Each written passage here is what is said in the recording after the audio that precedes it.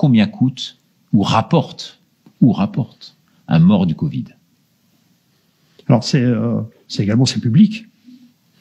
C'est tellement public, c'est qu'une enquête a été menée par des journalistes d'investigation de USA Today. Donc moi j'ai été récupérer l'information, j'ai effectivement pris contact avec ce journaliste-là pour m'assurer de la véracité de l'information. C'est différent d'un État par rapport à un autre. Le schéma est le suivant. Vous êtes identifié comme étant cas contact Covid, vous rentrez à l'hôpital reçoit $50. Dans cet état-là, dans l'autre, reçoit $100. Vous utilisez un respirateur. L'hôpital reçoit $300. Malheureusement, vous mourrez dans cet hôpital-là, l'hôpital reçoit $4000. Conclusion, pour vous, il y a eu euthanasie, on peut employer le mot? Je ne sais pas s'il y a eu euthanasie, mais en tous les cas, ce qui est prouvé, et ce que je sais, c'est que il y a eu une surenchère pour que l'hôpital se transforme en machine à cash. Ce qui veut tout dire. Et pardonnez-moi de vous poser la question, mais le public se pose. Vous parlez des États-Unis, mais en France? Je suis très gêné, Richard, j'irai pour répondre à ça. Je comprends bien, parce qu'il faut savoir que le monsieur que j'ai en face de moi reçoit des menaces en permanence. Et c'est un acte extrêmement courageux, croyez-moi, de venir ici, sur le plateau, nous révéler toutes ces choses aujourd'hui. Donc, je vous en demanderai pas plus, même si, à travers votre réponse, on arrive à détecter quand même un certain nombre de choses. C'est moins qu'on puisse dire. Alors, autre révélation que vous faites dans le livre, sur les vaccins. Alors, sur les vaccins... Mais si oui. Excusez-moi, Richard, je souhaiterais revenir un peu sur les chiffres, parce que les chiffres sont parlants. Oui. D'accord. On entend parler, il y a 3000 morts, 4000 hospitalisations, des choses comme ça et autres. Concrètement, comment ça se passe? C'est quand même incroyable. Je dirais que, avant la Covid, un certificat de décès, avec une seule ligne, la cause de la mort. Je suis mort d'une overdose. Je suis mort, je dirais, du cancer, avec la définition de type de cancer. Je suis mort d'un arme à feu. Ça, c'était avant la Covid. Ils ont changé, le libellé. Après la Covid, avec les directives de l'OMS, on a rajouté une ligne. On a dit, t'es mort d'une overdose et tu avais la Covid. On est mort avec. Forcément. Mais on est mort de l'overdose. Et tu es mort effectivement de la Covid, et c'est marqué. Et la totalité de ces chiffres-là, c'est que vous soyez mort avec d'une overdose, avec la Covid ou pas, c'est totalisé dans le nombre de morts. C'est ça. Donc ils ont fait gonfler les chiffres complètement arbitrairement. Donc on a fait gonfler les chiffres, et je vais aller même pire que ça, parce qu'il y a quand même des preuves que j'ai pu moi-même vérifier en me déplaçant dans certains hôpitaux. Dans certains hôpitaux, si une personne est mourante à l'étage où on traite de la Covid, dans son certificat de décès, il y aura marqué mort de la Covid. Mort Covid. Mort Covid. Mort Covid. Un suicidé et mort Covid. Alors qu'il était rentré, il est décédé d'un cancer. Mais il était sur un étage où effectivement il y avait le traitement des Covid, on était en train de faire des tests, il y avait des choses comme ça. Alors ça, effectivement, on va en reparler dans quelques instants quand il s'agira d'évoquer la communication en la matière. L'autre révélation, je le disais tout à l'heure, c'est sur les vaccins. Effectivement, on parle de vaccination, de taux de succès de tous ces vaccins qui sortent et que vous connaissez tous, hein, et les 3 ou 4 principaux qui sont sur le marché à l'heure actuelle en France. On parle d'un taux de succès dans la presse de 94-95%, ça marche très très bien. Alors vous avez des informations à nous livrer, parce qu'en fait, les chiffres qui sont avancés, on ne peut pas aujourd'hui les avoir, ils ne sont pas publics. Il faut quelqu'un comme vous qui connaisse par cœur et à un niveau incroyable la cybersécurité pour pouvoir les retrouver. Quels sont ces vrais chiffres? Patrick Joland. Alors, si on regarde, c'est vrai qu'il y a des messages publicitaires des principaux fabricants de vaccins, pour ne pas les citer, Pfizer, Johnson & Johnson, Moderna, AstraZeneca. Moderna assure 95% de succès de son vaccin. Quelques jours après, il assure 100%. Johnson assure 90%. Moi, je veux bien. La question que je me pose, c'est D'où viennent ces chiffres? D'où vient ce 90% et basé sur quoi? Ah non, c'est opaque, on peut pas, c'est confidentiel. Ah bon, c'est confidentiel? Mais pourquoi c'est confidentiel? Comment vous avez fait ces 95%? Alors j'ai été un peu gratté, d'accord? Je suis tombé par hasard sur des papiers, d'accord, qui montrent qu'en réalité, l'efficacité est nettement moindre, sans annoncer des chiffres, est nettement moindre que c'est annoncé. Et ce que vous dénoncez également dans le livre, qui est très intéressant puisque vous parlez des vaccins, c'est d'abord les financements assez opaques derrière, parce qu'effectivement, il y a pas mal d'hommes politiques de premier plan qui auraient investi dans ces vaccins-là. Dans toutes les sociétés qui fabriquent des vaccins, sauf le vaccin Sputnik chinois, Sputnik russe. Sputnik russe, je dirais Bill Gates a mis de l'argent. Y compris dans les sociétés chinoises. Y compris dans Sinopharm. Parce qu'il y a 3 vaccins chinois. Il y a 3 vaccins chinois, y compris dans les 3 fabrications chinoises. Je dirais que, pour être très très clair, dans la société Moderna, Bill Gates a mis 10 millions de dollars. Ce qu'on peut dire, c'est que Bill Gates, donc ce que vous disiez, a pris une participation donc dans tous ces vaccins, excepté le russe. Excepté le russe. À ma connaissance, j'ai pas d'informations concernant les Russes. Il a mis de l'argent dans la société Moderna, il a mis de l'argent chez Johnson & Johnson, il a mis de l'argent dans AstraZeneca, il a mis de l'argent, je dirais, des dons, il a mis des dons, je dirais, dans les sociétés, au moins dans une société, je dirais, chinoise, là-dessus. Mais quand on revient au vaccin, toutes ces sociétés avaient des casseroles avant celles dont vous parliez, là. Toutes ces sociétés ont des casseroles, sauf Moderna. On parlera de manière particulière sur Moderna. Alors, toutes les sociétés ont des casseroles.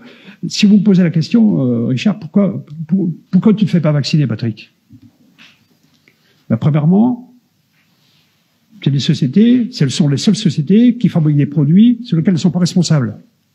Je me fais vacciner, j'ai un problème, je vais voir qui? Pas eux. Ils ne sont pas responsables. Je vais voir la communauté européenne qui, eux, va me rembourser. Pourquoi je me fais pas vacciner? Quand je regarde toutes les casseroles qui traînent. Il y a les assurances aussi. Les assurances, elles ne remboursent pas. Et les assurances vont me dire, écoutez, on a du mal à vous faire rembourser sur un vaccin qui est en test. On en parlera. Les vaccins sont en test. Phase 2 et pas phase 3. Phase 2, une partie de la phase 2. La phase 2 sous Pfizer se termine en juillet 2021. On n'est pas encore en juillet 2021 qu'à la fin de la phase 2. Mais ça, c'est sur le site internet de la société, je n'invente rien. Et vous parliez de Moderna, là. Alors, au niveau de Moderna, il faut peut-être faire c'est une très belle société. Dirigée par un Français. Dirigée par un Français, qui a fait l'école centrale, je dirais, de Paris. D'accord. Qui fait partie de la liste des milliardaires. Alors, la société Moderna, d'ailleurs, le nom Moderna vient de quoi? Moderniser le RNA veut dire moderniser l'ARN. Je veux moderniser l'ARN. D'accord? D'où vient le nom? C'est toujours important de regarder un petit peu l'étymologie des noms. Moderna a été créé en 2010. Il n'avait aucune antériorité dans ce milieu-là. Aucune antériorité, aucun passé, d'accord, dans ce milieu-là. En 2018, ils ont déposé un dossier pour rentrer à la bourse de New York. Quand on rentre à la bourse de New York, il y a le gendarme de la bourse de New York, qui s'appelle la SEC, qui vient analyser le dossier. C'était refusé. Il analyse le dossier, et le rapport, qui est également disponible sur Internet, d'accord, dit, écoutez, le niveau de risque de vos produits est très important, vous n'avez même pas fait d'essai sur les animaux, hein, on ne sait pas ce que ça veut dire, l'ARN, revoyez votre copie. Donc il est en premier refusé. On revient, puis il a accepté. Moi, j'ai pris le dossier qui fait 267 pages en anglais, et le soir, je lisais les pages pour regarder. Et je suis tombé sur une page où Moderna, en 2018, a des partenariats privilégiés avec une société qui s'appelle AstraZeneca. Alors, j'ai dit, mais comment ça, ils travaillent ensemble? Mais ils travaillent ensemble depuis des années, monsieur Joland. Ah bon, mais c'est même noté dans le document officiel, je dirais, de la bourse. A des partenariats avec la DARPA, c'est-à-dire le Centre de recherche militaire américain. Il y a des partenariats avec la fondation Bill Gates. Bill Gates et Melinda Gates. Et Melinda Gates. Alors, c'est intéressant comme truc. Quand je me fais vacciner par Moderna, c'est le vaccin AstraZeneca. C'est quoi les partenariats? Alors évidemment, on est en 2018, on n'est pas en 2019, mais le partenariat existe toujours. Allons un peu plus loin sur la société Moderna. Et au niveau, puisque vous m'avez posé la question sur les vaccins. On est au début 2020.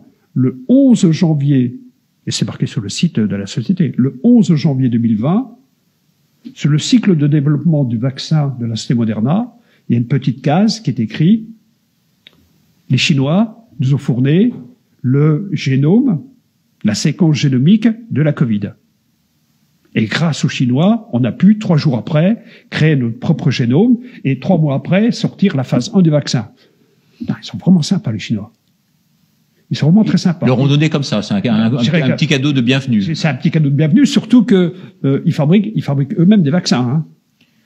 Donc ils sont quand même concurrents malgré tout, alors, et donc ils livreraient à la concurrence la quintessence de leur savoir. C'est marqué sur leur site. C'est marqué sur leur site. Alors et c'est toujours marqué sur leur site.